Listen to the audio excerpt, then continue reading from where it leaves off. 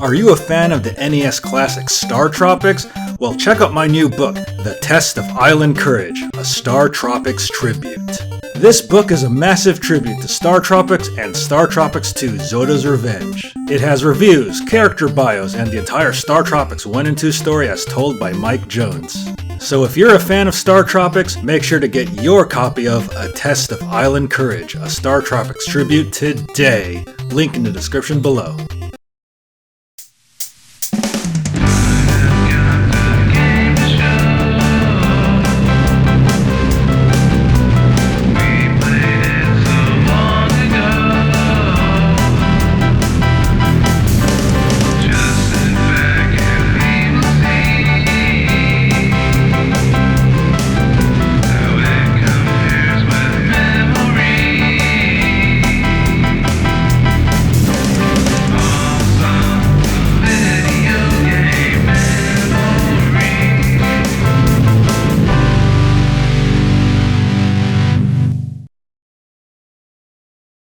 Hey guys, Ryan here, broadcasting all the way from the Popcorn Rocket here in space for awesome video game memories, and we're gonna talk about something legendary, something so legendary that's known throughout the galaxy, the Legend of Zelda.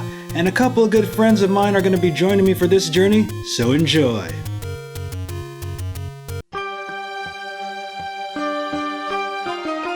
Welcome to Awesome Video Game Memories, where we talk about awesome memories about video games. I'm Ryan. I'm Josh. And I'm Frank. And gee, what are we talking about today, guys? Atlas. We're talking about Final Fantasy, right? What? What about Shadow of the Colossus? I think I like his idea better. Yeah. Well, anyways, we're talking about the very first Zelda on the NES. Do you guys remember the commercial? It's the Legend of Zelda, and it's really rad. The rap one? Yes. Do you remember the rap one? No, I don't. You don't remember the rap one. You should demonstrate it. Well, it's the Legend of Zelda, and it's really rad. Those creatures from Ganon are pretty bad. Those Octoroks, Tektites, and Levers too. But with your help, our hero pulls through. And it was like some blonde kid in like really thick glasses, like telling his friend about Legend of Zelda, and they're playing it on the NES. And No. so yeah, no, you don't remember that at all? How much do you actually remember of the first Zelda? I got to, I think, the first dungeon, and that was it. Like, were you like a kid, or was this like older? Kid. Okay, so you like poked around and played around a lot Yeah, and stuff. I was like, Okay. Well, anyways, yeah, I was a quitter. You quitter! How could you quit the original Legend of Zelda? One of the most iconic games of all time. I was gonna console you, but you pulled away. Anyway. Yeah, so anyways, Josh, what is your first memory of the first Zelda? They all kind of blur together because I played it like that and Super Mario Brothers a lot, like alternating, like as a little kid, before I was actually good at video games, you just hand the controller and then just kind of do things. And really, when it came to Zelda, like as far back as I can remember, I at least knew where like the first 3 dungeons were and how to get through them.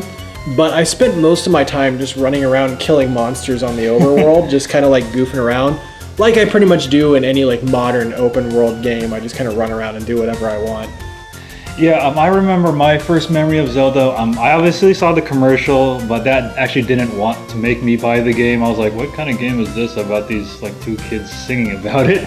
My cousin bought the game because he was really heavily into fantasy, and then he was telling me, yeah, you should go get Zelda. This is a really cool game. It's not like any other game where you have levels, you kind of explore this world, and the dungeons are actually the levels. So yeah, for its time, it was pretty innovative because it was actually based on... Now, all of you know who Shigeru Miyamoto is. Yeah, like who doesn't? He actually based this game during when he was a child and he would explore the woods in his backyard. He based that entire game off that, and I'm pretty sure all of us explored some kind of woods in our youth. Yeah, like that. He would explore like the woods, and there was apparently like a cave or something, or some caves like also like around the area where he lived. And whatnot, and so between those things, like that sense of wonder and openness and exploration, the kind of thing that they're trying to recapture with Breath of the Wild, that's where Zelda got its thing from, and maybe that's why, like as a kid, maybe it wasn't just not being good at it, but maybe just kind of that being so open and just doing whatever you want, you know, and that's just kind of something I'm drawn to. Yeah. Maybe that's why I just kind of like got most of my Zelda playing done through just running around and killing things in the overworld and finding new places, but not really trying to solve any real objectives or anything after like the first few levels. Right.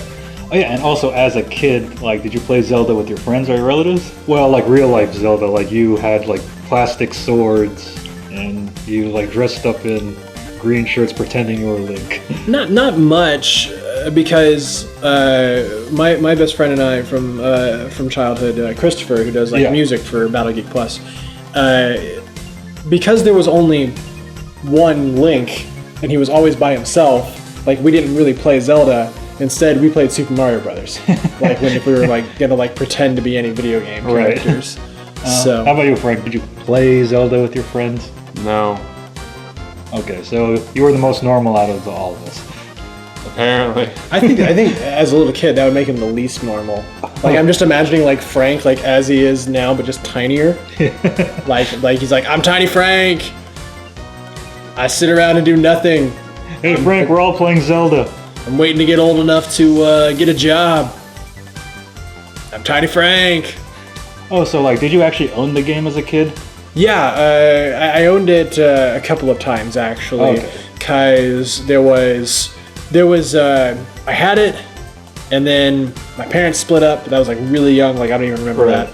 And then I didn't have it, and then I had it again, like later. Like my own copy. Oh, actually, when you bought your own copy, was it the golden one or the one on the gray cartridge? I had a golden copy. Okay, yeah, everybody had the golden copy. Right. Yeah, because I know the actual gray cartridge one is more rare. Is it? Yeah, it's all rare. Yeah. Oh wow. So it's not like, you know, like Ocarina of Time, like later on, where like they had the gold cartridge version, and then later ones are gray, and the gold ones are expensive and rare and all that. I have the golden Majora's Mask one. Oh, cool. Oh, okay. Well, you're rich. No, someone was selling it and I bought it. Oh, okay. Well, anyways, yeah, I didn't actually own the game as a kid. My cousin owned it, and he bought it at the same time Zelda 2 came out, so I wanted to be different than him, so I bought Zelda 2 instead. And then, you know, when I finished Zelda 2 and he finished Zelda 1, he let me borrow his Zelda, and I actually dropped his Zelda cart on the ground, and it split in two. You first off, you bought Zelda 2, which I know there are some defenders of Zelda 2 today. Which I am a defender of Zelda 2 over 1. Because obviously he's an idiot. And 2, you dropped. You should be a sitcom. Like just you as a person are a sitcom. They'll just like ground you into like your essence and sprinkle it on a camera and like that's true. No, so you broke someone's Zelda. Yeah, I did. You're like, oh, I got Zelda, and you just dropped it and it broke? I just dropped it and it broke, and so I panicked. But what was cool though, because you know the ROM chip wasn't damaged, I kind of put it back together, I taped it, and then I put it back inside the Nintendo, and it still worked. But my cousin was still very pissed at me because it was obviously broken. You just taped it up. Like, I mean, if you were gonna like break it into a bunch of pieces, you should have at least like hidden it in dungeons and stuff, and had him like run around and.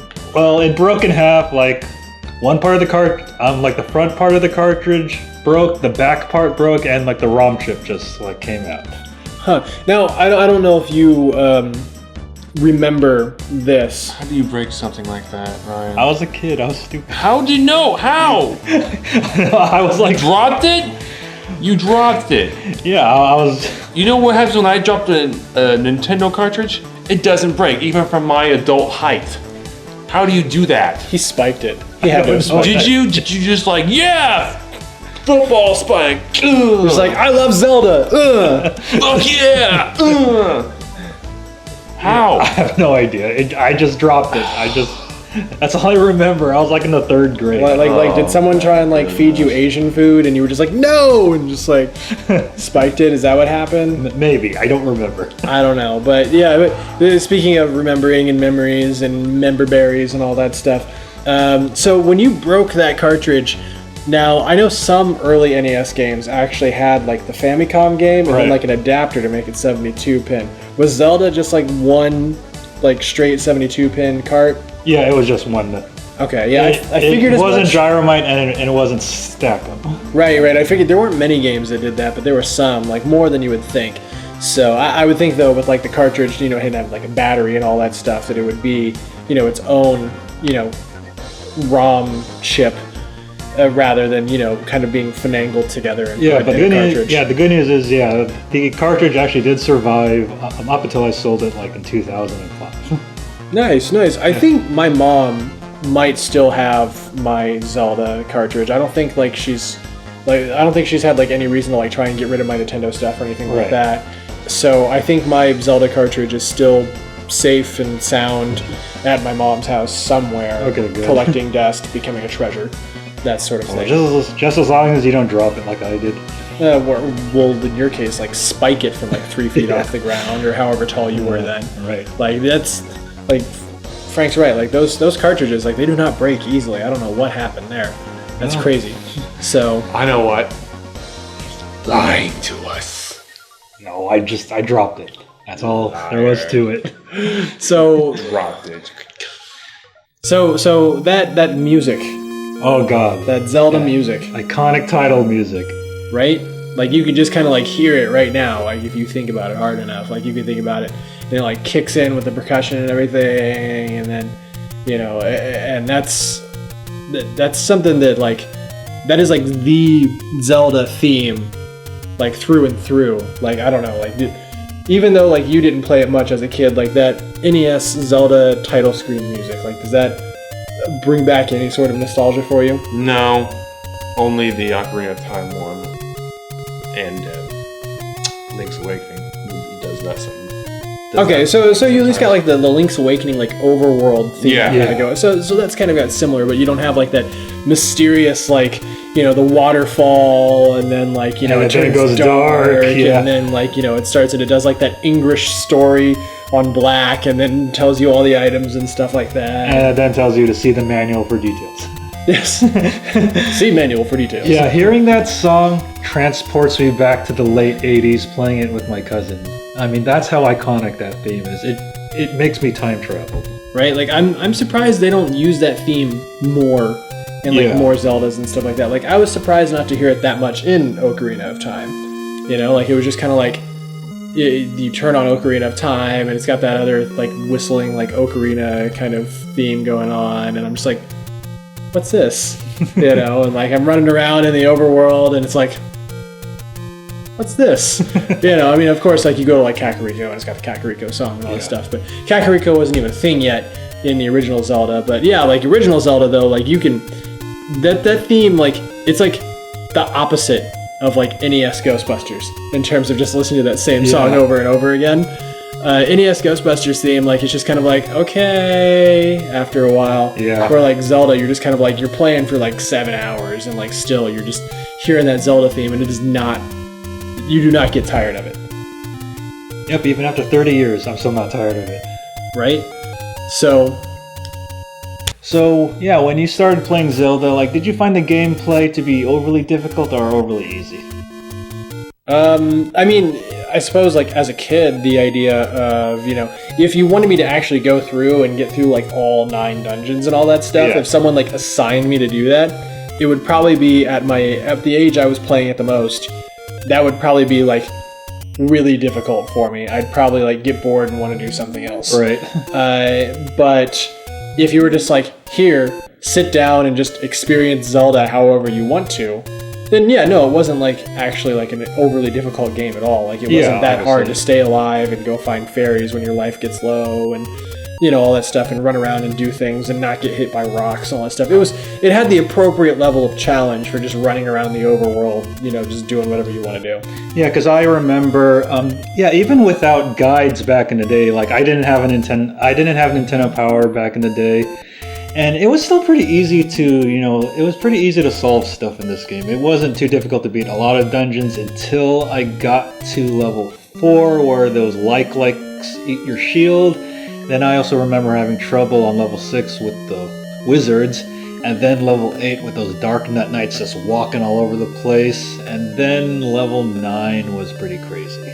Yeah, no, like as a kid, It was after the Game Genie became a thing, and I had a strategy guide that I actually went about trying to like beat Zelda. Yeah. Like actually beat it. It's not something that I actually went about like trying to do like as a kid. But then like back then like it really wasn't a given that you were gonna beat a game as a kid. Yeah.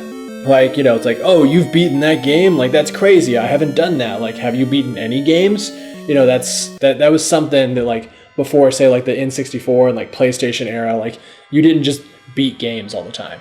So the idea of me not having beat the original Zelda, like, as a kid, like, that really doesn't make any sort of difference to me at all. And like, right. Like if you were just like, what?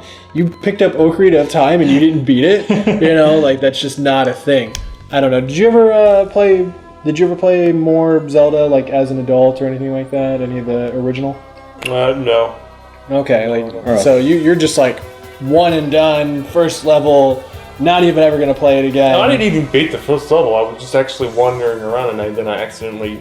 I think it was the first level. I accidentally wandered into a dungeon, and then I got my butt kicked. I'm like, I don't know what's going on.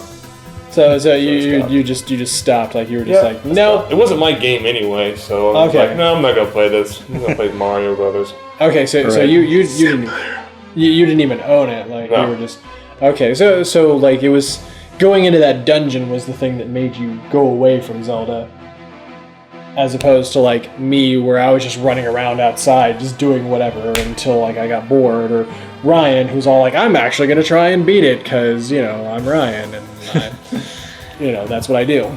Oh yeah, and also when you were exploring the overworld, like did you try to like bomb every rock? Did you try to move every rock too? Did you also try to burn every tree to find secrets? I knew some of the like particular trees to burn and rocks to bomb and stuff like that, but I've always been, when it comes to games, I've always been like the kind of person that tries to like conserve their ammo, and even like when you really shouldn't. Like that's why I'm horrible at Castlevania and like Ninja Gaiden, is because I'm trying to like just get through with using like my extra stuff like as little as possible. So like I'd have like 8 bombs or something like that. And I'm just kind of like, I might need those 8 bombs, and I don't know when I'm going to get bombs again. Yeah, because speaking of the bombs, I remember the boss of the second dungeon, I think they call him Dodongo. Dodongo, yeah. Yeah, like you had to put bombs in him, but I didn't know that. See, like there was never a point that I remember actually learning that. There was just like knowledge that I already had like in my earliest memories. Like it's just kind of like, oh yeah, you feed them bombs. Yeah, I just kind of randomly dropped it because I was like hitting with the sword, with the boomerang. I'm like, what do? I just drop down a bomb. Okay, I hope this kills it, but then he swallows it. It actually doesn't blow up at first, and then he's like making the animation where, oh crap, the bomb's inside me, and then he just disappeared. I'm like, okay. Oh yeah, like that little like puff animation. Yeah. Like because which I mean that's something that's like familiar to you with Ocarina of Time with the Dodongo. Yeah. But like that stretches back all the way to the first one. Mm-hmm. Like they were just like a couple of little like Triceratops looking things. They were just wandering around the screen, and they were a boss the first time you come up against them, and you have to drop, and they would just randomly turn in different directions. They wouldn't come after you or anything like that. So like it would suck like if you put the bomb too early and then they just kind of turn, or if you cut it too close and they just run straight into you before you have a chance to move out of the way. Like can you imagine like 2 Dodongos? Like the Ocarina of Time version, and then later on them just being like 2 or 3 Dodongos being in a room just as normal enemies.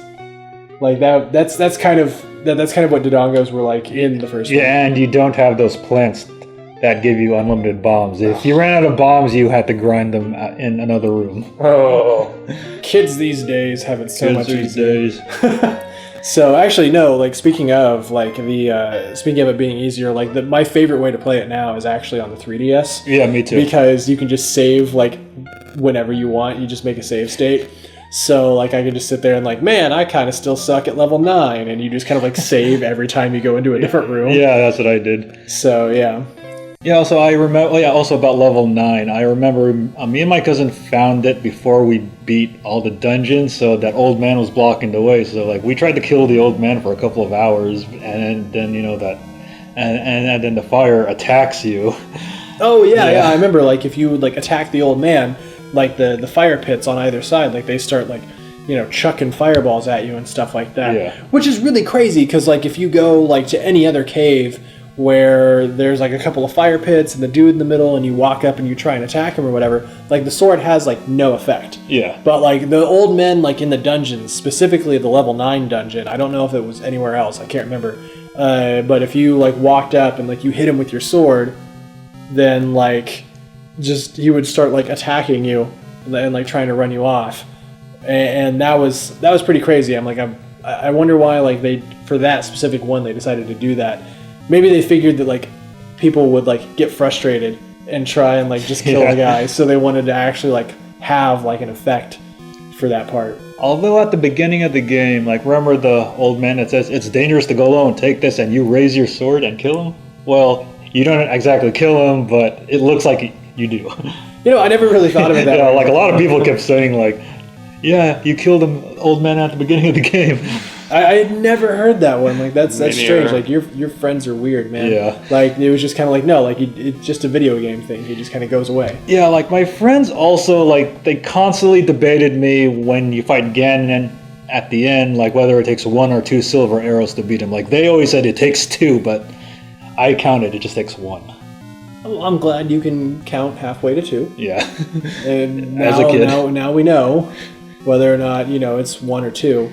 The silver arrow, like you actually beat Zelda like as a kid, like legit. Yeah, like no Game Genie and all that No stuff. Game Genie. And like your friends did too. Yeah. Oh, okay. Like so that was pretty hardcore. Like really like even I was talking about Christopher earlier. Like I don't remember him beating Zelda back in the day. Like that was kind of a huge game. Like I remember him beating like Link to the Past, but not like the original Zelda. Oh yeah. So. Yeah, also like my friends were talking about the second quest. Have you ever played the second quest? Yeah. You type in like Zelda. Yeah, type Zelda. Or you just beat and, the game. Yeah, and well, I didn't do the first. I didn't beat the game. I remember the second quest. They rearrange all the dungeons and they add a lot more stuff in the dungeons. Like, like there's old men in the dungeons in the second quest. You either have to pay them 100 rupees or one of your life containers. Like to proceed. And I always hated that. Oh, yeah. No, I don't remember any of that at all. Right. The thing that I remember most about Second Quest was that there were walls you could walk through. Yeah, that I remember. That was the big thing that I remember. That was one of the 2 big things I remember, because my mom, again, like she played Zelda pretty, like, I don't know what I'm saying. She played it pretty hardcore. Yeah. Back when it was a newer game. And... Welcome to Awesome Video Game Memories, where we talk about awesome memories about video games. I'm Ryan, and the game we're going to talk about is Zelda 2, The Adventure of Link. Alright, I kind of have to get this out of the way, and I know it's going to probably piss off a lot of people for some reason, but I'm one of those rare people that actually likes Zelda 2 better than Zelda 1. Now, don't get me wrong. Zelda 1 is an excellent game, I love it, it's one of my favorite games on the system, but I still like Zelda 2 a lot better because I kind of felt like when I was a kid, I really blazed through Zelda 1, like really fast without any help, and I kind of felt like I had to work a little harder at Zelda 2, if you kind of know what I mean.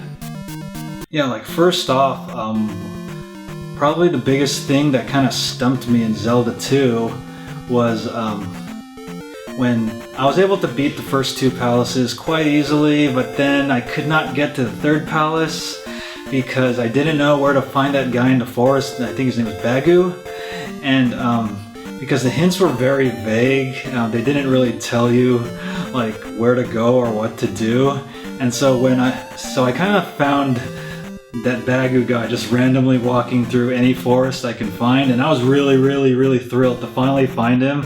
And then from there I was able to go on to Death Mountain and get to the 3rd palace. And one of the coolest memories I have about that 3rd palace was one, it was the only palace that kind of had an outdoor section kind of in the back, and second, like the boss fight, like you had to fight that Iron Knuckle on the horse. I thought that was pretty cool for some reason. I don't know why. Alright, so I got the game around Christmas of 1988 when it first came out, and I actually didn't beat the game until Christmas of 1990 because, I kind of played it on and off for 2 years. I still didn't know where to go or what to do. Yeah, but once I beat the third palace, it was kind of smooth sailing from there for the most part. But it was kind of funny, like my cousin, like he tried to get into the Great Palace before beating any of the palaces on the eastern part of Hyrule. I remember he approached the gate and he couldn't get through because like the gate would instantly kill you. And the closest he got was like he tried to use the fairy spell to get through the gate, but obviously you can't get through unless you beat the other palaces. I kind of remember we had a bit of trouble with the fourth palace because we didn't realize we had to use the reflect magic to beat the boss. I remember just trying to constantly slash him, but I couldn't. And then like my cousin said, "Oh hey, let's try the reflect spell, see how that works," because we were able to use it on the on the wizards in the palace, and hey, it worked, and we were able to beat him without really losing a lot of energy. So that was pretty easy. So yeah, like the grand defining moment of this game was when I first entered the Great Palace. I have beaten all the other palaces, I have all the hearts, I have all the magic, and then when you walk in and that awesome music starts playing, dun, da, da, da, da, da, da, da, da, da,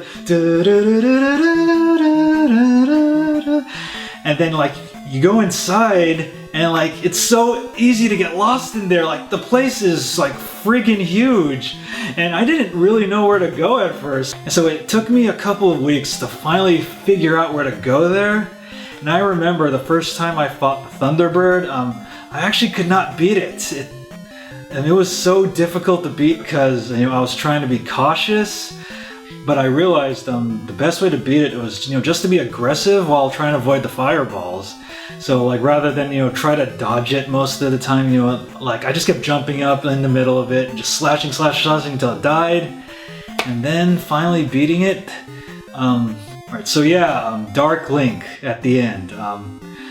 I didn't actually realize there was a trick to beating him till like years later. Yeah, like that trick where you're in the corner and you just keep slashing him. I didn't know you could do that for a couple of years. I actually beat him legitimately every single time I would beat the game. So, but I think that kind of made it better because I had to really work hard to beat the last boss of Zelda 2. And one of the best parts of Zelda 2 is after you beat the game, like you start the game over again with all your stats and all your magic. You don't get the items or the hearts or magic containers, but now you can go to the first palace and kill the first boss in just one hit. It's just that easy. I love repeating Zelda 2. It's a game I can just constantly play over and over and over again without really getting sick of it because I just love the more in-depth combat in comparison to the original. And yeah, it's kind of a shame they didn't really make another game like this, and other fans kind of thought this is like the black sheep of the series, and Nintendo was like, yeah, let's just do all the games kind of like the first Zelda. But which was a good decision because I love Link to the Past, I love Link's Awakening, and Ocarina of Time. Yeah, I would definitely say Zelda 2 is one of my top 5 NES games. And you can get it on the Wii U Virtual Console, the Wii Virtual Console, or the 3DS Virtual Console, which I play it on all the time. It's awesome to have Zelda 2 on the go. Yeah, I really think this game gets way too much flack for no good reason. It's still a very solid game, even if it wasn't Zelda, even if you weren't controlling Link. It's still a very, very solid game. And I would highly, highly recommend any Zelda fan to actually to play the game because it's still a very, very good game and one of my personal favorites.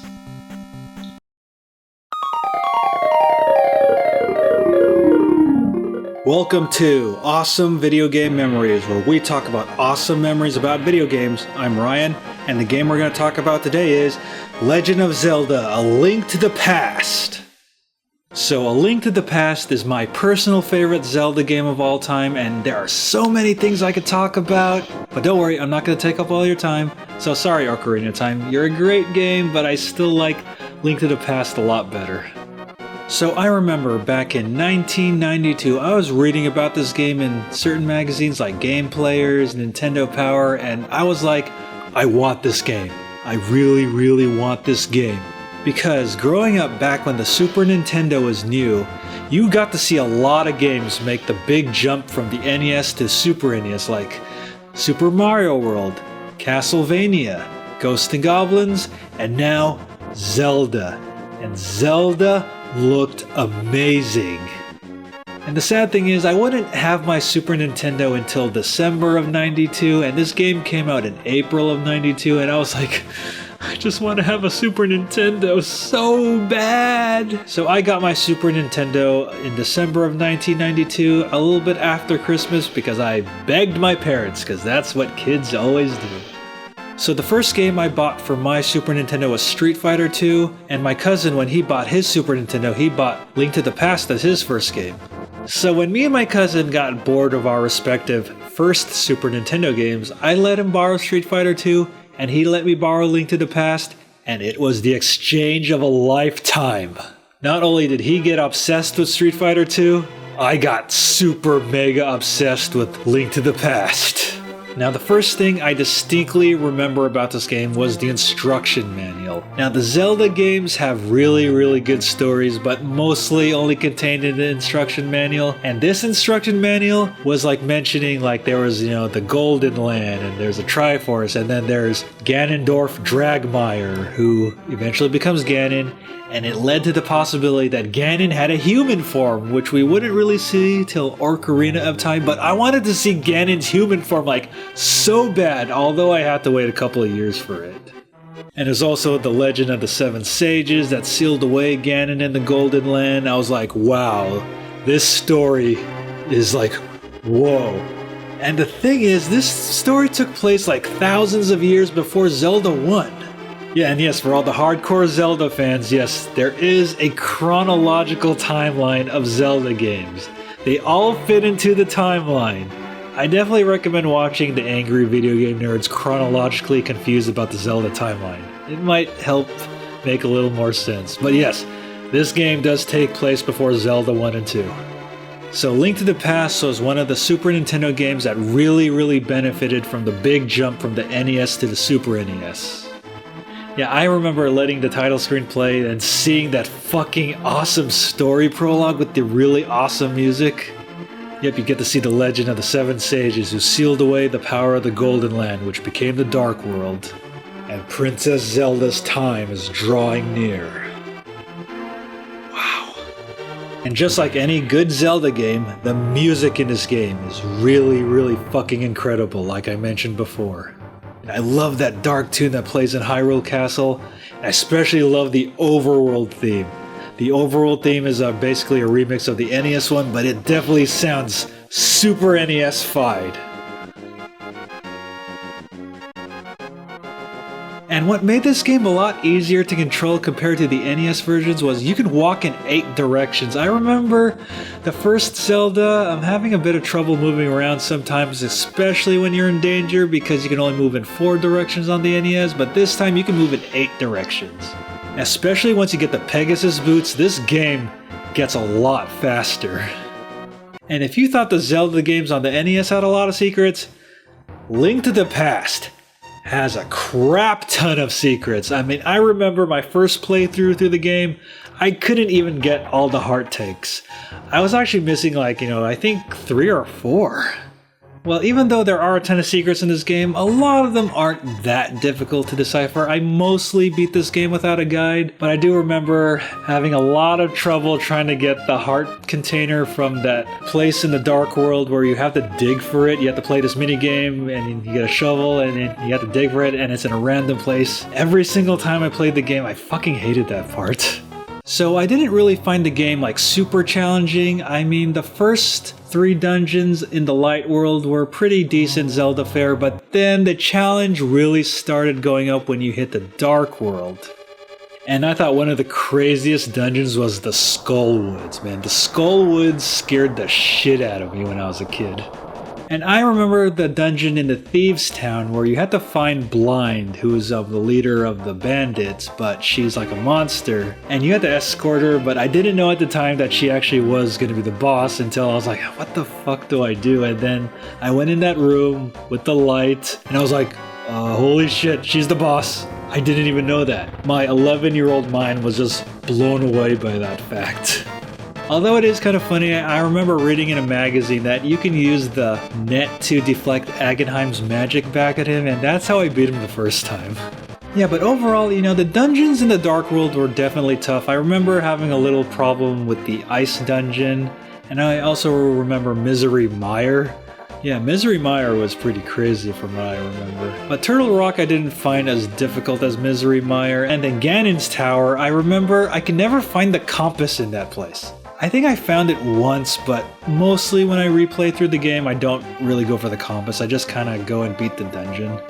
Now, here's one thing I almost overlooked. I remember back in the day, we didn't really have the internet. We did have magazines, but I didn't have a magazine subscription at the time. So after you beat Agenheim, and he reveals that he's Ganon, and he goes back to the Pyramid of Power, I remember you need to get the silver arrow from the Fat Fairy, but I didn't know that at the time, and before I was going to beat the game, my cousin calls me up saying, "Oh, hey, how's Zelda going?" I'm like, "Yeah, I'm almost at the end of the game." And he's like, "Did you find the Fat Fairy to get the silver arrow?"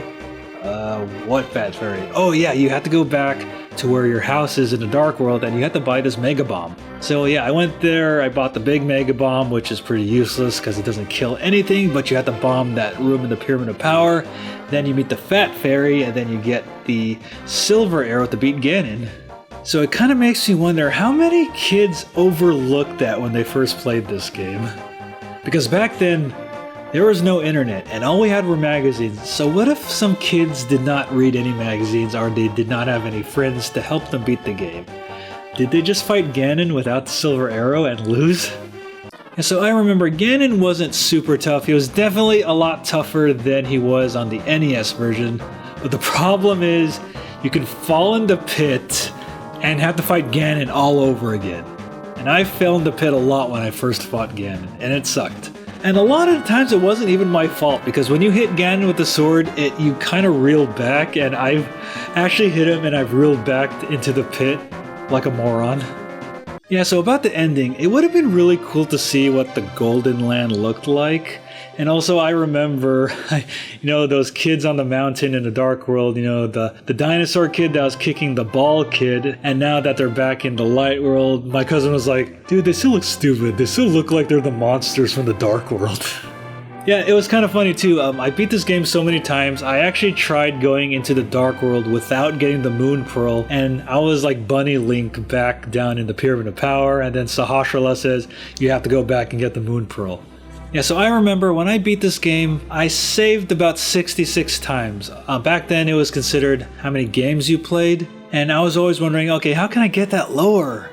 So then I remember the second time I played it, I saved about 123 times. I'm like, how did it get higher?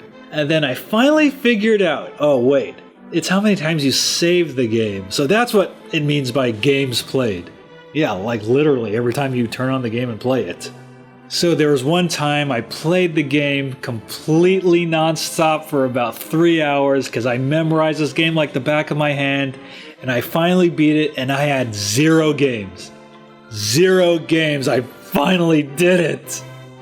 Although when I got the Wii Virtual Console version, I just used save states, and I was able to beat it with no games at all! Yeah. Wow, so The Legend of Zelda, A Link to the Past. Wow, this game is incredible in almost every aspect of the word. It has an amazing story, it has amazing gameplay, and it has 2 amazing worlds that make you really want to see the difference between the 2. I mean, it's really cool going from the Dark World and seeing how it looks like in the Light World and vice versa. Because man, those Skull Woods were pretty fucking scary compared to the Lost Forest. And yes, I actually discovered by myself, without my cousin or magazines, that if you attack the chickens, they're gonna kill you. Those chickens are mean-ass mofos. I learned that the hard way. Although, like most kids, I actually did not discover the Chris Holohan room until I read about it on the internet. Yeah, so a decade later, they re-released this game on the Game Boy Advance, which was really cool, although it was confined a bit more to a smaller screen. And it also had a bonus dungeon too, which I also beat. Yeah, so where can you get this game? The original cartridge kind of goes for a little bit, but not too much. You should be able to get it without really breaking the bank. Welcome to Awesome Video Game Memories, where we talk about awesome memories about video games. I'm Ryan. And I'm Josh. And the game we're talking about today is The Legend of Zelda Link's Awakening for the Game Boy. Yeah. Alright, so Josh, what was your reaction to Zelda being on the Game Boy? Well, I was super excited for it, simply for the fact that I had played Zelda on Nintendo. Yeah. I mean, I owned the first two on Nintendo. The Super Nintendo one, I didn't have a Super Nintendo, Right. but I had played a little bit of Link to the Past on Super Nintendo. So when I saw like the Nintendo Power preview for, Link's Awakening and everything, by that point I had a Game Boy and this looked amazing in comparison to, the first Zelda, and it was actually something I'd be able to get because I had, I had the handheld for it. So I pretty much was just super stoked, and my best friend during elementary school, he was super stoked. He had his Game Boy also, and we were just all about that game for months. Awesome. Yeah, I actually did have a Game Boy when this game came out, but the problem is my Game Boy was broken, half the screen wouldn't show, so if I would play Tetris, you would only see wrists on the title screen. And so, actually, I do admit the Game Boy was a whole generation of games that I missed out on, so I didn't really pay too much attention to Zelda on the Game Boy. I mean, it looked great in the magazines, and I wanted to play it, but it was I'll probably play it a couple of years down the line, and eventually I did. I actually did play it in 1998 at my dentist's office. My dentist had a couple of Game Boys there with Zelda, and I played it, and then I came back a couple of weeks later, the Game Boy was gone. And she was like, oh, sorry, some other kids stole it. So I couldn't play Zelda until I bought it on the Nintendo 3DS years later. Oh, wow. So you're someone who, pretty recently played it. Yeah, kind of recently. Where, in contrast, I was like a launch baby with that thing. That was I got that when it happened, and I was there for the experience before it was even DX in color and all that stuff. This is original brick Game Boy, monochrome. I'm holding it like the Game Boy is like a giant sandwich or something, Yeah, I actually remember I beat the game at your house on New Year's Day or something. Well, that was the first time you beat it? Yeah, that was the first time I beat it. Holy crap. So that was 2014 or 13? Yeah, no, I've probably beaten that game so many times over the years. I mean, there was a good chunk of time where I didn't play it for a long time, and I did probably around the same time that you were playing it for the first time. I was going back through it all over again and actually playing the DX special color dungeons for the first time, which I think I went with red. But yeah, anyway, I think I went with blue. Well, makes sense. Yeah, so what was your first reaction to actually playing the game? I mean, it was kind of weird first waking up, not having a sword and all that stuff, and not just being able to directly go and be all oh, here's the sword, I'm going to start killing things now. Because while I played a little bit of Link to the Past, I didn't play it the very beginning of the game where you have to run around and come across your uncle and then get the sword and shield. So that was a little interesting, but overall, like I said, it was a huge step up from the first Zelda, and it was one of the games that at the time, a lot of Game Boy games, all Game Boy games, they were scaled down versions of their console counterparts. Yeah. But this one actually felt close to its console counterpart. I felt like I was actually playing a portable version, not just something so toned down that it's just not even worth it. Right, yeah. I remember when I first started playing this, I was really blown away that you can move in 8 directions on the Game Boy. That didn't even really occur to me that that was a special thing. It was, that was just, I just started doing it. Yeah, you remember in the first Zelda, the gameplay is great, but it's a bit clunky at times. Yeah, because you can only go... in only 4 directions, but you can go in 8 directions, the response, the controller response is so good in this game. I think that's what really stood out for me the most when playing this. It was like I was playing a portable version of A Link to the Past. Yeah, well, that's what it was originally supposed to be. Yeah. When it was being developed, they were just at Nintendo, they were just doing this little goofy side project where they were trying to port Link to the Past to the Game Boy, and then it eventually just turned into its own project, whether it was due to technical limitations or whatever, and that's how we got this game. Right, yeah.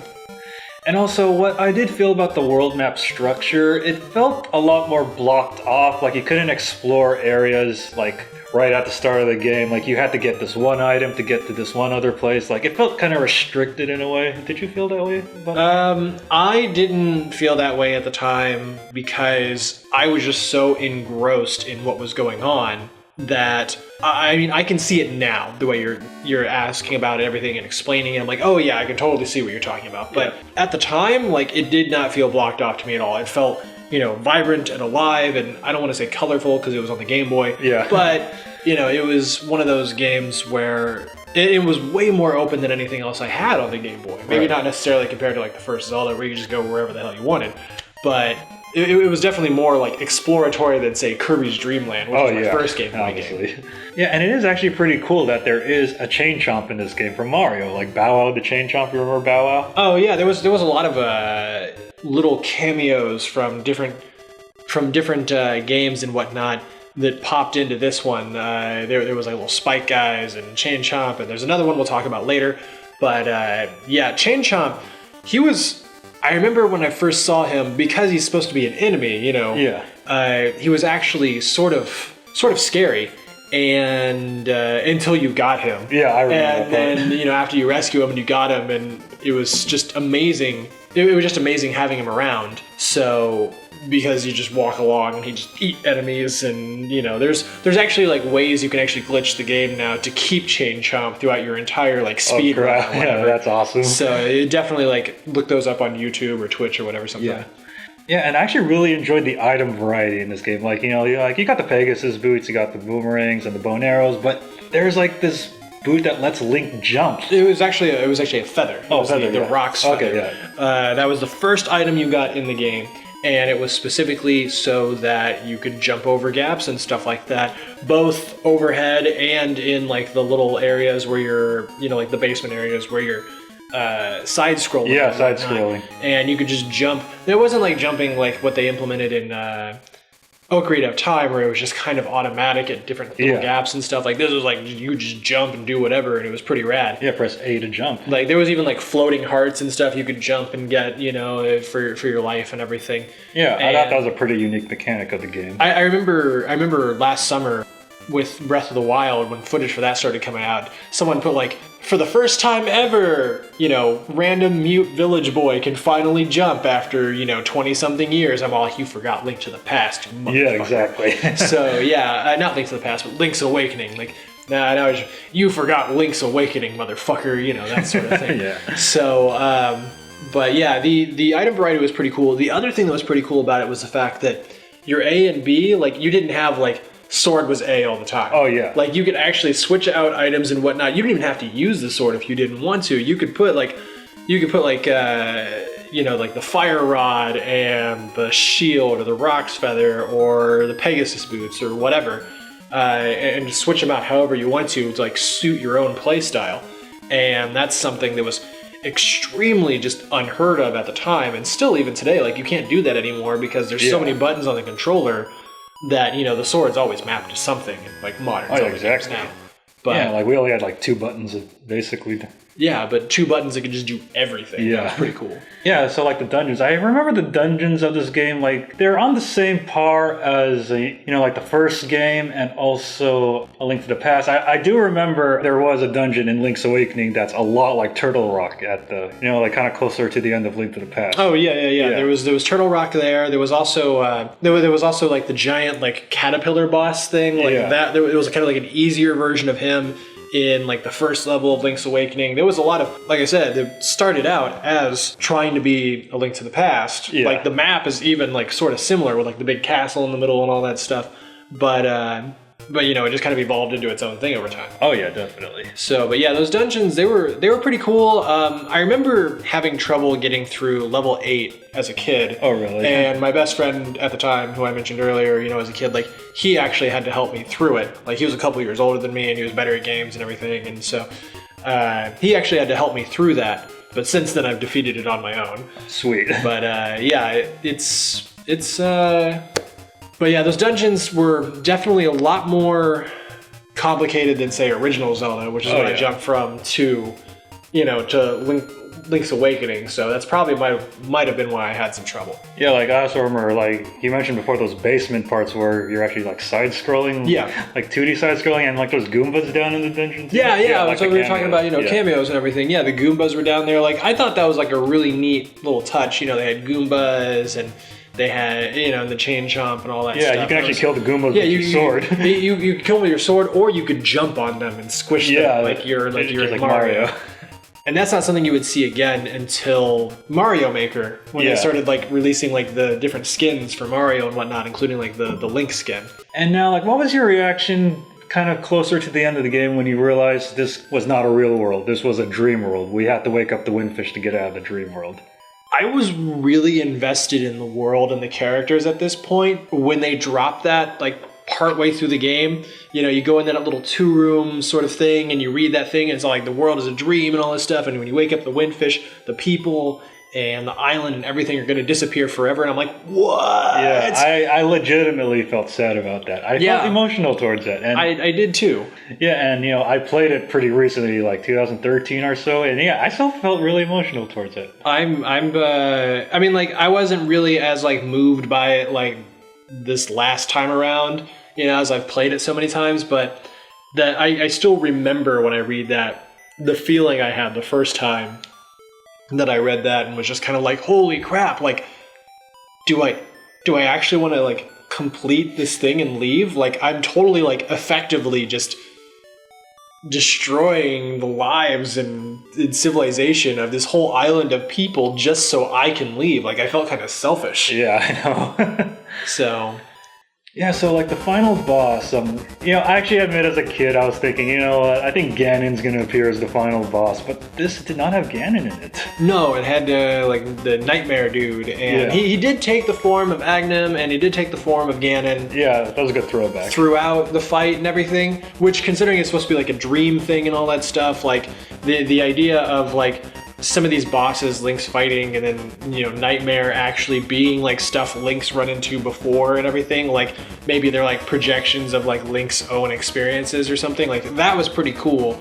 That dungeon, even though it was the simplest one because it was just a little randomly generated maze that once you knew the thing, you just did that, like that dungeon was kind of actually sort of, I don't want to say the creepiest, but that was like the one where it's just like, oh, this is where it's going down, and then you jump in there, and that boss wasn't insanely difficult. Yeah, I remember it wasn't too difficult. But it was definitely like kind of a challenge and worth it, and it felt good beating that boss and finally getting through and going up that staircase and everything. Yeah, I remember the staircase. It was pretty rad.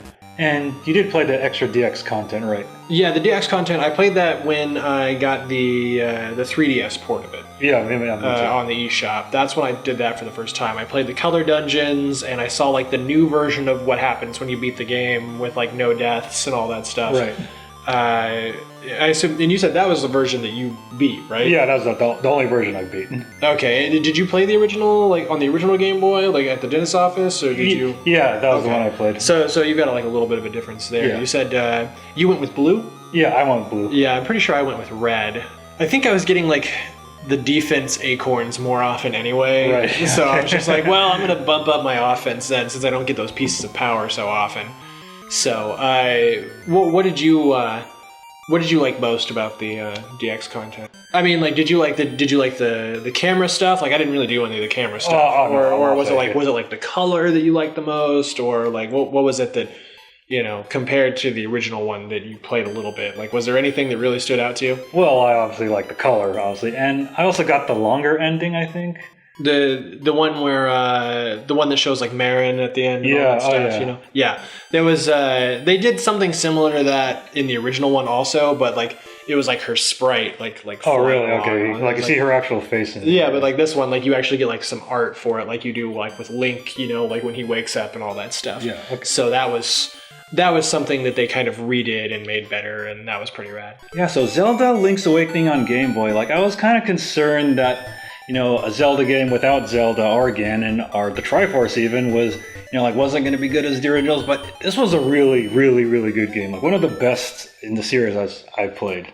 I think, yeah, it was my favorite, until years later when I got to finally like really sit down and enjoy Link to the Past. Right, yeah. And then that one became, and still is, my absolute favorite.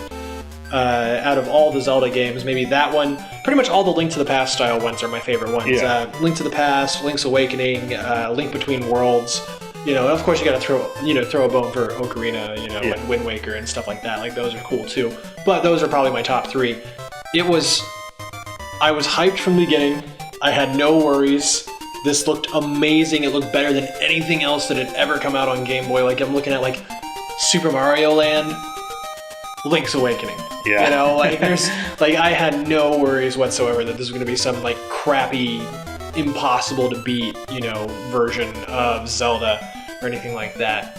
So, and I'm glad that, that turned out to be right, because that was probably my favorite portable Zelda. Like, all the other portable Zeldas out there, yeah, I played them and everything, but like this is like the one. Right, yeah, like it actually makes me like regret not playing it in the past, because it is a fantastic game and I had a blast playing it. Well, at least, you finally did get to, play through it and, see how awesome of a game it was, and have me on Awesome Video Game Memories to talk with you about it and all that stuff. Yeah. Because, well, it really wouldn't be Awesome Video Game Memories if you weren't here. Right, yeah.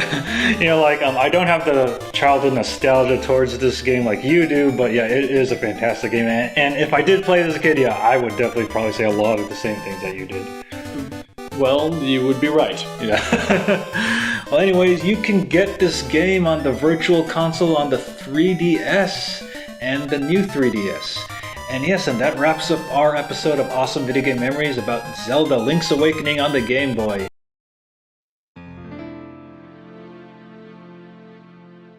Welcome to Awesome Video Game Memories, where we talk about awesome memories about video games. I'm Ryan. I'm Josh. I'm the Frank. And the game we're talking about today is The Legend of Zelda, Ocarina of Time, also known as Zelda 64. Yes. Zelda 64. Zelda 64! Zelda 64! Oh my god! Combo breaker. Fine. Be a party pooper. When Zelda was being announced for the N64, what was your reaction at the time? Zelda 64! Oh my god, Zelda 64! Yeah, that was back when it was that first it was a screenshot I saw of like the video they had that was mostly just a tech demo, and it was like a really crappily rendered like Link with like the brown pants. Was that fighting the knight? Was that in a magazine? Like Nintendo Power, like every magazine. Yeah, every magazine. I think I saw something like that. Yeah, it was like really, really early. Like, it wasn't even the game. It was just like alpha crap that they were doing. So yeah, because I remember like reading GamePro magazine, like they showed Link fighting a knight, and the magazine specifically said, "These are not cutscenes. This is actual gameplay." I'm like, holy shit! Alpha gameplay is technically gameplay. it is. I mean, it wasn't like pre-rendered. It wasn't like it was real-time gameplay. And that was pretty rad. Like the final product turned out way better looking and everything, but I was still like super impressed by that crappy like cone nose Link, with like the joints that are obviously not connected together while fighting just like the mirror armor knight guy. Like, that was just crazy, and like way beyond anything that I'd played on Game Boy or NES. Yeah. Actually, did you own an N64 at the time this game came out? I did. I actually saved up my own money and bought it with Mario 64. So by the time, Zelda 64 was like a thing, I was like, Ocarina of Time. I should say Ocarina of Time. There we go. How about you, Frank? That was my first Zelda game. That actually got me into the series. And you owned your own N64? Mm-hmm. Yeah, wow. It came with the whole set from Christmas. Oh, cool. Sweet. So you got the whole Zelda set. Yeah, I got the game. Okay, cool. Yeah. All right. It was good. Well, unlike you two, at the time I did not own an N64 since I was more of a PlayStation fanboy for Final Fantasy VII, but I did want to get an N64 for the longest time, and so this was the game that made me say, you know what, I'm just going to get an N64. I'm going to save up all my minimum wage money working at the school library and get an N64, and so it took me a couple of months to save up all that money, and I finally got it. A couple of months? It took me a long time to save up for an N64. I was 12. Well, I was in high school, and I was working like part-time, so Which, I mean, like, aging myself like that, like someone's watching this right now and they're like, you were 12 then? I wasn't even born. I played Ocarina of Time on the 3DS. But anyway. I bought my PlayStation by doing laundry. Huh. Hey, what you find in the pockets is yours. Damn, I wish I did that. Well, so anyways, so what was your experience the first time playing this game? Like, how did you feel like controlling a 3D Link? Well, I mean, unlike Frank, you know, like this wasn't my first time. Yeah, like it wasn't my first time playing a Zelda game, so it was just a completely different, just like experience. Like it's funny because like it started like top down, right? Like you get out of bed, it's top down, and then like you go outside, and then like the camera's like whoa, you know, and like I had already like played Super Mario 64 to death, so like I had kind of gotten an idea of, you know, how running around in a 3D N64 game was gonna look, but it was still, you know, crazy, just like Link, you know, coming out and being in top of his little tree house and everything, and all just the different camera angle cuts. It wasn't just top down all the time, and it was really fluid, you know, because again, like I had already played, you know, Mario to death, and Zelda was like a modification of the Mario engine. So yeah, I don't know. What about you guys? Well, because I actually got Mario Kart 64 as my first N64 game. I did play Mario 64 only briefly at a friend's house. I wasn't able to beat it till years later. So adjusting to the 3D environment was a bit like, holy crap. Like, I remember in the village, I just kept jumping off places for no reason. I was like, this is cool, but it's hard to control for some reason. Really? It was hard to control for you? Yeah. Mm-hmm. Well, so technically it was my first 3D N64 game. Well, yeah, that was another thing. Like Link, like being able to jump by some other means than like Rock's Feather. Yeah. You know, like that was like crazy and new and cool. Yeah, that took a little getting used to. It was like an automatic jump. Like that was kind of a thing that was kind of weird at first, but you know, like it was working out pretty well. I don't know, Frank. It was your first Zelda game, so like when you first played it, like what was your... Well, I knew that the Zelda franchise was already out. I just never got really into it. But this is the game that got me into it. Right, and then like your first experience like playing the game, like what was your mind blown? Or was I have no idea what the game was about. I was like, this is the dumbest game I've ever... Oh, look, a little ruby thingy. I kept following it, and I beat the game eventually. Ooh, piece of candy. Ooh, piece of candy. Ooh, piece of candy. Yeah. Oh yeah, and also, what was your reaction to the 3D combat of the game? Like, I remember, like, holy crap, like, you can hold the Z button to lock onto enemies, and, like, you can flip Link around, and, like, Link's a fucking ninja. Locking on was, like, a pretty big deal to me. I mean, the flipping and the jumping and stuff like that, that was pretty neat, and, like, the jump slash and all that stuff, that was pretty cool. And, like, especially, like, you know, later on we had the Master Sword, like how kind of shiny and reflective that thing was. Like, it was pretty cool, but locking on was like the really big thing, because like playing Mario 64, like you just kind of like point Mario in the general direction of, you know, a Goomba or whatever, and you're just kind of like, boom, boom, boom! You know, with these big fists that come out, you'll probably hit him because his fists become like this big as the punch. Like his hand starts out this big and it's like this big by the end of the punch. You know, you can't really do something that cartoony and ridiculous with something like Ocarina of Time. So like being able to lock on to enemies was like a big deal, especially with like projectile weapons like the slingshot, the bow and arrow, and the boomerang and whatnot. Like that really, you know, saved a lot of time and energy and kept the gameplay going smooth for me. Oh, that's good. That's good. Yeah, because I remember like when you hit the Gerudo Valley and then you're fighting all those like female warriors, like I think the combat there was awesome. Oh yeah, that was probably like one of the better fights in the game. Yeah, and also like at the end when you're escaping Ganon's tower and then you have to fight the skeletons, you know, that was a lot of fun too in my opinion. You know, those skeletons, like I never really had any problems with them when I was playing it, like all the other times I played it through, but there was my first time playing it through on the 3DS, I was in like the forest temple. Yeah. And one of those fuckers killed me somehow. Oh shit. Like I'm like, killed me? What? How? You know, I really. But yeah, I mean, otherwise it was, you know, amazing combat and everything. Frank, like I know you didn't really like have anything to compare it to. You know, that What?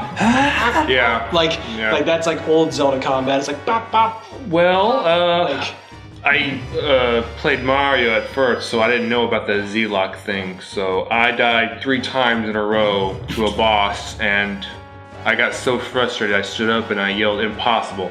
I didn't say, "This is impossible." I stood up and yelled, "Impossible!" so it's like, But then I played the game over again, like, so it's like an anime, like when like like the bad guy like sees like the good guy do something really crazy, Bakuga, like Yeah. impossible, like that's well, I guess it's like, oh my gosh, this is so hard, because I wasn't using the Z button, it was still hard. yeah. So And I was a kid. you're like trying to like fight Goma and you can't like lock onto the eye or anything. You're like going back and forth between. No, just first like a person basic and- enemy. Like, shit. Oh, a basic enemy. Yeah, Basic enemy. I'm imagining you now like dying to like one of those things that come up out of the ground. Yeah, that's what I was thinking too. Wait, so you know. died in the Deku Tree to one of those Probably, stationary probably. enemies? I just remember being angry, standing up, yelling "impossible" to the screen out loud. My parents did not like that at all. but eventually you got the hang of it. Yeah, I got the hang of it. Okay. I mastered that shit.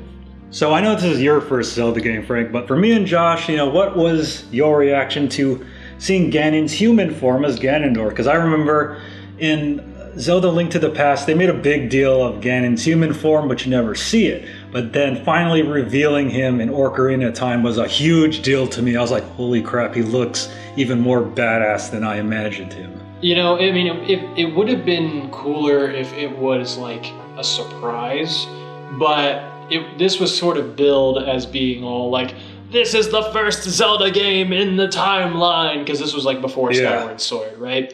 And so it's all like, all this stuff that's going on is before Legend of Zelda and Link to the Past and Link's Awakening and all that stuff, and excuse me, princess, and all that. So, they're like Ganondorf, I'm like, okay, so he's not Ganon yet. And I see him, and it was pretty cool looking and everything, but like there really wasn't until like the like when you see him on the horse like that, like in the dream at the beginning, like that's pretty rad. But like the time I'm thinking of is just like when like Link peeks through the window and like Ganondorf walks in and bows and looks over at the window like, you damn kids, like that's really like the impression I have of Ganondorf. Isn't like like the guy in Smash or anything like that, or the guy you fight in Twilight Princess. Like the one that I have is just like this green big nosed guy, like leaning down and then looking over at the window and being all like, you damn kids, go play baseball somewhere else. Like that's really kind of like the feeling I got from that, which I don't think that's what they were going for. All right, well, I actually found Ganon pretty terrifying in this game. Like, he looked like, oh shit, like, you do not want to fuck with this guy. Like Ganon or Ganondorf? Ganondorf, Oh, actually, okay, Ganondorf. So, Yeah, I actually found him scarier in his human form than his, pig form. Yeah, he was a bit cooler, I would say. Yeah. Well, not for me, because I didn't know that was going to happen. Oh, okay. So you're just like, oh, that's the bad guy. It's like, what? Am I supposed to fight this thing? What's going on? What's going on? I'm imagining you doing this like in the courtyard, like you've met Zelda for the first time, and he's like, you damn kids, and like you're just sitting there being like, No, I'm like- supposed to fight this thing? What's going on? Impossible! I was like, I bet I gotta fight that guy. Oh, yeah, I you was do. like- And you fight him for centuries upon centuries. Mm-hmm. So what'd you guys think of the overall dungeon structure? Like, when you first entered that Deku Tree, what was your reaction? I'm inside a tree that talks. That was pretty much it. It was a lot more. Okay, so on the one hand, like it was a total throwback to the first dungeon in the first Zelda. Yeah. Because like you go over there and it's like this dead tree, and then like later on, like you're thinking to yourself, like looking back after playing all that stuff, and you have Zelda lore in your head, and you're like, oh, that used to be the Deku Tree, But I mean, that's kind of how I have it thought in my head now. At the time, it was just kind of like, oh, that's a really cool throwback to the first dungeon. But like when you walk inside, it's obviously like the inside of like a tree that's been like carved out like crazy and stuff like that, which that kind of threw me for a loop, because dungeons in Zelda to me have always been more stone and stuff like that, and like the scary basement at like your crazy grandma's house, not like Not like, Peter Pan's house, so that kind of threw me for a loop, but it was still pretty fun. Even though it was pretty much just like a entry dungeon to get you used to some mechanics and stuff like that. Yeah, like for an entry dungeon, I was like overwhelmed when I first entered it. I was like, how the hell am I going to solve this? I mean, I'm playing Zelda in 3D. This is like, holy crap. There's like, well, like the floors are different now. They're in total 3D. I like have to burn a spider web to get down the tree. I mean, eventually, yeah, of course I solved it, but I was just really overwhelmed by the dungeons in this game. I'd say it was pretty cool, the whole jumping all the way down and then hitting that spider web hard enough that it breaks and you go down through the bottom. That was a really cool way of kind of showing this new sort of space and dimension added to Zelda that you really couldn't do nearly as well before, even if it was Super Nintendo and Mode 7 and all that stuff. I don't know, Frank, what about you? First dungeon. First impression. Yeah, I was basically, I'm inside a talking tree. That's it. That's it. I have no prior experience of the Zelda franchise. Which is why this is cool. I'm inside a talking tree. Awesome. Which is why I was just kind of is there more? Because you. Yeah, I was like, what? Okay, yeah. I do what I just told you. Yeah, well, I thought I would never solve it, or I was going to take hours solving it, but I solved it pretty quickly from what I recall. And also, I do remember one dungeon I had trouble with was when you're escorting Zora's daughter inside that fish. Oh yeah. Yeah, that was annoying. Yeah, Jabba Jabu. Yeah, Jabba. That was kind of annoying. Escort missions in general are kind of annoying, and just being inside Jabba Jabu was kind of gross. That boss was hard though. Oh yeah, that was like a wall. Thing that was like a wall. Yeah. No, that was I didn't have tons of trouble with it, but yeah, you really had to strategize for that one. My favorite one, and I'll bring it up again. Water Temple. No, was the Forest Temple. Which, by the way, the Water Temple wasn't nearly as hard in the 3DS version because you don't have to keep going to a menu to change your boots. You just have a little on the touch screen. You're just boop, boots, boop, no boots, boop, boots, boop, no boots. That took forever. So, and also they have those little helpful hint things if you want to use those. But yeah, it wasn't nearly as crazy as when I was, a kid. But yeah, the Forest Temple, I really liked the music. Yeah, I like the music. I liked the enemies. Especially the Stalfos guys, the skeletons. Yeah, the Stalfos. And it was. I think the music really stuck with me, and then the atmosphere of it, it was more of that traditional Zelda dungeon, but also some parts of it were open air. That you could actually look up and see kind of this overcast sky. Yeah. That was crazy. It was kind of organic. It was being it was so old that it was being grown over because it's the forest. Yeah, abandoned. And then that was absolutely crazy to me, and I loved every second of that temple, with the twisting hallways and everything. And I think the only part that I had trouble with actually was the boss, because you had multiple phantom Ganondorfs coming at you. Oh yeah, you had to know which one that. was the right one, and you're sitting there in first person being oh, he's coming out of that one. No, I remember that. That was probably the hard one for me. Yeah, I also remember one dungeon I really liked was when you're in the future, 7 years in the future, then you go to that dungeon in the graveyard, and it's really spooky looking. But the Shadow Temple? Yeah, the Shadow Temple. I almost said the Shadow Temple. But it has the silliest boss. The bongo. The bongo guy. Yeah, that was pretty fun. Hey man, welcome to the boss battle. Yeah. I'm going to be your opponent. Want to get high? Yeah, for such a scary dungeon, it has a silly boss. Yeah, it does have a silly boss, but with the lens of truth and all that stuff, it was still pretty fun. And also, now let's talk about the big elephant in the room, the Water Temple. I had a strategy guide, so. Well, see, when I borrowed it, lucky you. But see, when I borrowed this from my friend, I said I'm going to solve it without the strategy guide. Good luck. I was like, okay, the thing is that threw me off about the Water Temple is I think there's this part on the leftmost corner of the map, left north, where you fight the Dark Link, right? Yeah. And, I could not find. That was a fun battle. Yeah, I could not find that for the longest time, so I was exploring the entire Water Temple from top to bottom without even finding that place. That there was one the order in which you have to drop the water and bring the water back up to certain points and whatnot.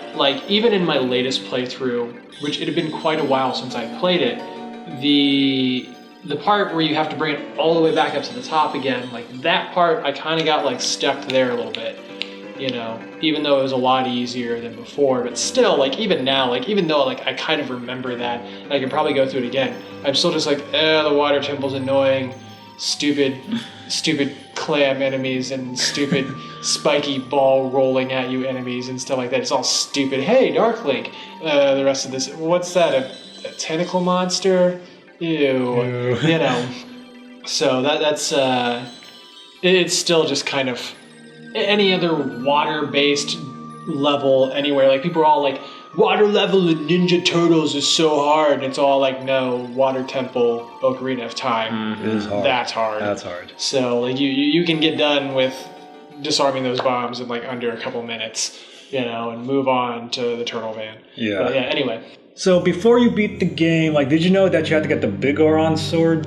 I didn't know that I needed it, but Wait, you don't need it, do you? No, you don't need it. You don't need it? Okay, No, you don't need it to beat. You don't need it. Well, I thought you needed it because, you know, like... It's easier. Well, like when Ganon, like, you know, like knocks out your sword at the first battle. You It's can easier use the with hammer the- for that. Oh. Yeah. You can use It's the hammer easier for with that. the big Gorons. But yeah, I didn't really know, but like I remember paying for the giant like Goron knife, right? Oh, yeah. All those rupees and everything, and I'm like, yeah. And then I go and like I swing it, and I hit like a tree or some shit, and it's just like bunk. And it's like now it's garbage, and I'm just like what? But it like stayed in my inventory, so I was all like, well, it's got to be for something. And so like you know, I'm just kind of like You're half right. so you know, it's just kind of like because he broke it in half.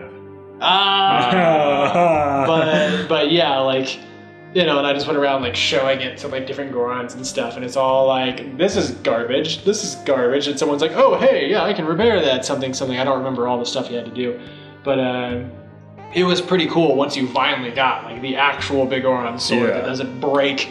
Like like really the only good thing besides that could have come out of that stupid giant Goron knife is if like when I broke it, like a god came out and like made me super strong, so I could go fight a gumball looking guy. I was at school and then my friend was like, so how are you doing on Zelda? And I was like, hey, I'm about to beat the game. And he's like, so did you get the Big Goron sword? I was like, what the hell is that? He's like, well, you should get it to make the fight with Ganon easier. I was like, okay. And I do remember that you have to get back to Death Mountain within a certain time limit.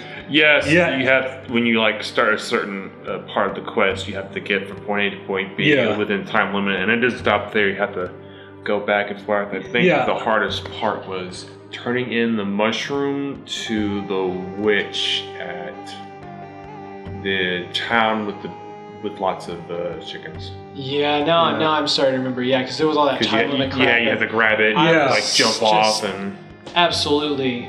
that was a pain in the ass. Yeah, the time limits. Time limits are always a pain in the ass to me. Like that's like one reason like I enjoy Ocarina over say like Majora's Mask. Is because like Majora's Mask has like a time limit sort of thing. But it like, loops. Yeah, it loops, but like it's just kind of like cool. I get to watch the world end again. Not really. You know, we're like we're like Zelda to me. You know, is kind of like a link between worlds, or like the original Zelda, or like Breath of the Wild, which hasn't come out yet while we're filming this, but will be soon. And we've all played a little bit of it. You know, where it's like big open fields, do whatever the fuck you want. You know, sort of thing. Yeah, because I remember panicking when I was riding Epona back to Death Mountain. I was like, oh, am I going to get there on time? And I barely made it there on time. I think that's pretty much how it's supposed to go. Like, it doesn't matter. Like you take the most efficient route possible, and still, like, you're just going to, like, just barely make it. Like, it really wants you to put you even with, on the edge of your seat. Even with Epona and the Easter and the rabbit mask. Yeah. Yeah. Or am I thinking of something else? Rabbit mask. Rabbit Yeah, mask. I think you're thinking. Okay, yeah. Yeah. Yeah, so the final battle with Ganon, like, I remember when I first fought Ganon and I kept getting hit by his beam, and then I was like, oh wait, you have to ping pong with him. Oh, yeah. That was something that was in, okay, so I had not yet beat A Link to the Past. Yeah. Right? But I had played Link's Awakening to death, and there's a segment like that during the final boss, which I knew from a friend of mine who had beat A Link to the Past, that was a throwback to A Link to the Past, where you have a section where you're batting this back and forth. So I already knew going into it, I'm just kind of like, oh, this is like the tree, it's another throwback. You know, so like I got into it, but I mean like some of this, once it got like really intense, like there were times I got hit by it anyway, but I was lucky enough to like know what I was supposed to do like from the get-go. What do you, Frank? Yeah, don't you kind of learn the basics from fighting Phantom Ganon in the Forest Temple? You do. Yeah, there is a spot where like you do that. So yeah, it's kind of a Yeah, it's like that, but then they add the whole floor is kind of giving away, so you just stuck to the corner ones and just. Well, it like wasn't the first thing on my mind when I bought the real Ganon. Oh. The first thing on your mind was, wow, look at that freaking organ he's got. It's like, here we go. Yeah. I thought, well, the first thing I thought it was, he looked such like a badass when he like flipped the cape and started floating in the air. I'm like, oh, this is gonna get real fast. Did you guys have like the original printing of it? Like I had the gold cartridge. Oh, I just had the original printing. Okay, but you guys like you got it like during the first time it came out, like the first like right when it came out. I heard the gold Okay, one. so like you got like Ganon like back when he like spat up blood after you defeated Ganondorf. Like I think so. because in later printings like even like on the 3DS one like he just like some green crap comes out, but that was like actual blood. And that was like crazy to me, like in a Zelda game, like, you know, it wasn't like Mortal Kombat or something. It was a Zelda game. With and, like, blood. And like you beat Ganondorf and he's like not flying around anymore. He's like, you know, and like blood comes out. I'm like, what? Like, Yeah, I actually remember my copy had blood. Yeah. Like the later copies, they have green stuff. Oh, and, like, I didn't realize. It's more like he's just kind of like, bronchitis. But, you know, but yeah, like you pretty much almost killed him before, you know, he transforms into the final, you know, Ganon and all that stuff. That was crazy. Yeah. So the final battle with Ganon, I actually want to hear Frank's opinion about this because, you know, this is his first Zelda game. So what was that like for you as your first Ganon battle? The first time what that was going through my mind was, oh my gosh, I gotta fight this guy again. And then he transforms him and it's like, oh shit. Yeah. And then like, and not just him, but he also like gets these huge ass spear swords. I'm like, I gotta fight him, dual wielding swords the size of me, and like he does all this other shit. And I'm like, how am I supposed to fight this guy? And then gets rid of my sword. I'm like, oh shit. So I'll just shoot arrows at him. No. Okay. Like Superman and bullets. Bing, bing, bing. So yeah, the first time I did go through the game without the big golden sword, but then like later on I found out an easy way to beat him. Okay, cool. Yeah, I remember I didn't have the game spoiled for me back then, so I was kind of thinking, so I have to fight Ganon again, but he's only going to be as big as he was in Link to the Past or the first Zelda. But then when he grew like 50 feet tall, I was like, holy shit. Then, you know, they actually wanted him, like in the development for the game, they actually did want him to be like literally like something that like we wouldn't see in actuality until like Shadow of the Colossus. Like they wanted him to be huge and you have to climb on him and stuff like that. But the Nintendo 64 couldn't handle a battle of that magnitude and still have room to make the rest of this what was a huge expansive game at the time. You know, now I mean, maybe they could have pulled it off if like Nintendo, like if like Nintendo and Sony had kept their relationship and there was a Nintendo PlayStation and all that. You know, instead of the Sony PlayStation. Yeah, that battle was supposed to be bigger than that, but they ended up having to like scale it down to what it was, where he was just like, you know, like 10, 15, 20 feet tall, and you know, and like you roll under him and hit him in the tail. Yeah, that's what I did. Yep, so I did too. Although I did die a whole bunch of times my first time. Oh yeah. I've actually got through it pretty well. Like that was like that game was like one of those ones where I really rarely ever died, and usually it was due to like dumb stuff. Okay. You know, like just kind of all like one heart left. No, I said throw the bomb. Boom. Yeah, no, that sort of thing. All right. That's why you get life insurance in a bottle. Yeah, I always had like. Yeah, me too. And that's probably like now that does remind me, like it's not that like I never ran out of hearts. It's just I had fairies. Yeah, fairies. Yeah, I just had plenty of fairies. Yeah, I actually ran out of fairies during my Ganon battle. Disappointment, Ryan. That's how much I sucked at that battle at first. Oh yeah, and before we talk about the ending, did you guys get all the gold Skulltulas? Once. in one of my files. Just Oh, you did? Oh, wow. Yeah, at one point I did. I used a guide to actually get them because like I just got tired of running around looking for them and all that. But really, it's not like that's when the internet was just coming out. One of the big differences in that game compared to like say like Link's Awakening or something is like really you don't for the most part need to buy anything to get through Ocarina of Time. So really like this whole like go find gold Skulltulas and get a bigger wallet sort of thing, like there wasn't much of an incentive because it's like, oh yeah, I could go buy the Hylian shield or I can go find it here in the graveyard, that sort of thing. So there wasn't nearly as much incentive. Like if there was stuff you actually had to buy, like how they like in Link's Awakening again, like you had to buy the shovel, that sort of thing. Or Skyward Sword. Oh yeah. So like if you actually had to buy stuff, then like it would have been a bigger incentive for me to go around and try and find them without using a guide. Yeah, well, I only got half of them because I tried doing it without a guide. And then when I did look at a guide, now this is back like in 1999 when I played it. And, guides back then were just text. And we didn't have accompanying pictures. We didn't have YouTube. So I was like, I don't even understand what this guide is saying. You must have had a shit guide because the guide I had everything. Oh, okay. Well, I got that guide. I thought you had like an actual strategy. Yeah, I had an actual strategy. So yeah, that one had like screenshots in it and stuff. Yeah. Like, these are the ones like you go on like game FAQs and it's like a text file. Yeah, that's what I looked at. And it's all like, go inside, go left, right. If you put in this certain code, you'll unlock Ganondorf as a playable character and Aeris will come back to life. I would really like to play a Zelda game where you play as Ganondorf or Zelda. Well, it's called Smash Brothers. Ha! Punch you in the face. I wouldn't be surprised if there's like, I wouldn't be surprised if there is like a ROM hack for that by this point, where it's just kind of all like, and you're playing as Ganondorf instead. You're just like, whoa, and just like swinging stuff around. Yeah, you'd be like playing like a good version of Ganondorf, you fight like an evil version Link or whatever. Like or Dark something. Link. Dark Link. Dark Link Duck. What? Dark Link Duck. Nice. Excuse me, princess. Dark Link Duck. So anyways, what do you guys think of the ending? Like, I actually thought that Ganon was gonna die, but he gets warped away and he just screams, "Curse you!" Or he doesn't get imprisoned rather than he gets imprisoned in the sacred realm, and which eventually like turns it into the dark world or whatever. Yeah, which leads into Link the Past. I mean, it was the first game in the series, and Ganon was in other games. It was like the first game, like chronologically, like for the storyline.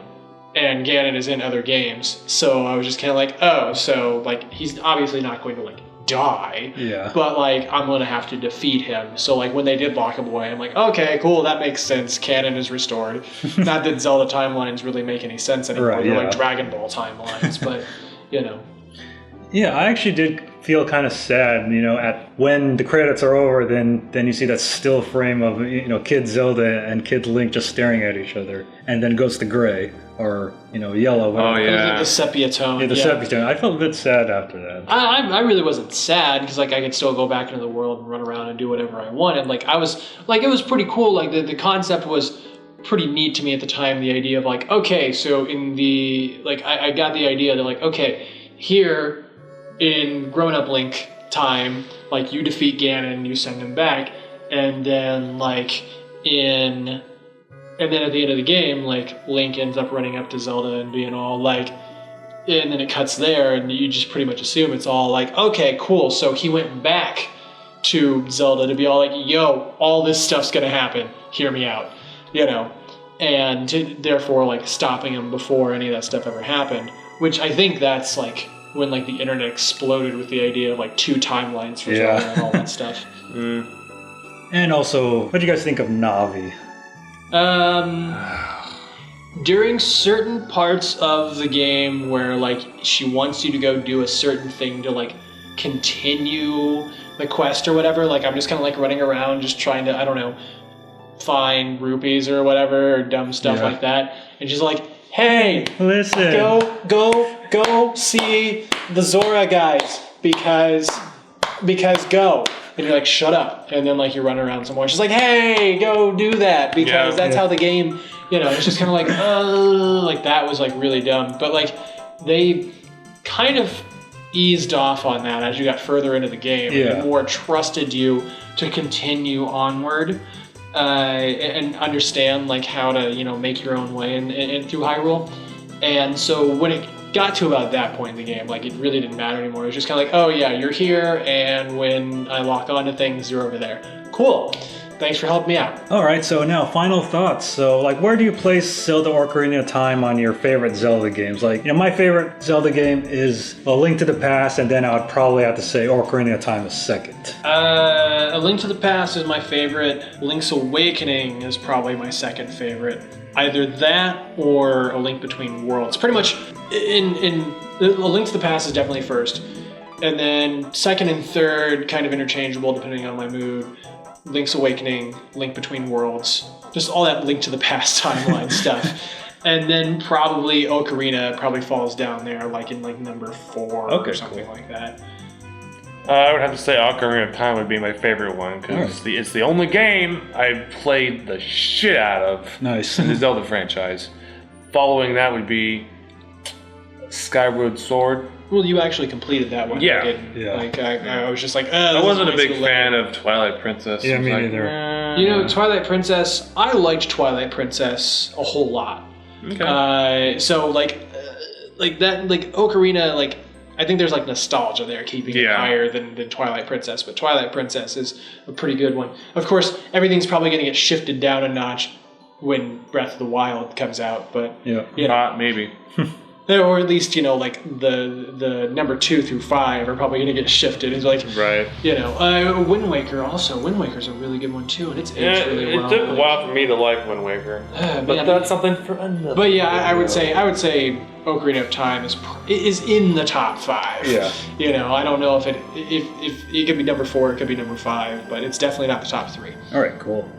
All right, so you can get Ocarina of Time on any of the Nintendo Virtual Consoles, and you can also get it on the 3DS, which you've beaten. Yeah, and the 3DS version is really cool because they redid all the textures and stuff like that, and it looks a lot more like the concept art than, you know, what they were able to, you know, render on the N64 back in the 90s. And plus it's portable, and you can put it into sleep mode. Like, it's one of those games where, like, me playing it, like, I opened it up, I played a couple rooms of a dungeon, I, you know, closed it back up, and just later on, you know, did that. And it really, the game lasts a long time that way.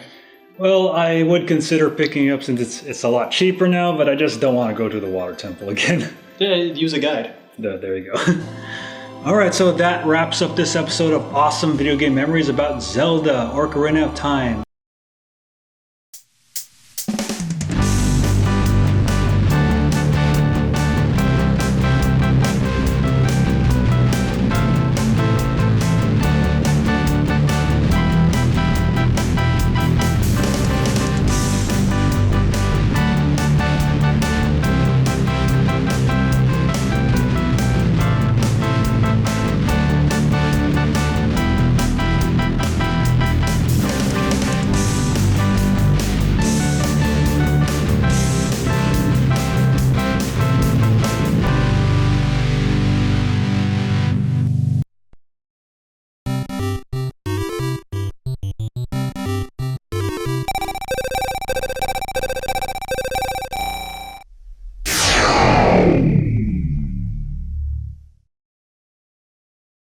Hey everybody, if you enjoyed this video, make sure to like, comment, and subscribe. Especially subscribe, and make sure to click on that notification bell so you know when we release new videos, because YouTube's probably not going to tell you.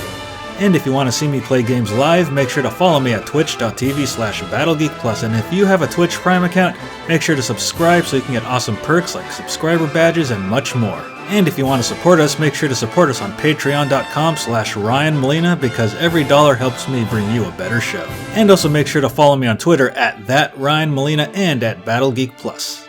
And also make sure to check out the official Battle Geek Plus website for a complete listing of our books, merchandise, t-shirts, and a lot more. Alright, thanks for watching this video, and if you enjoyed this video, make sure to check out these other videos right here. Thanks and take care.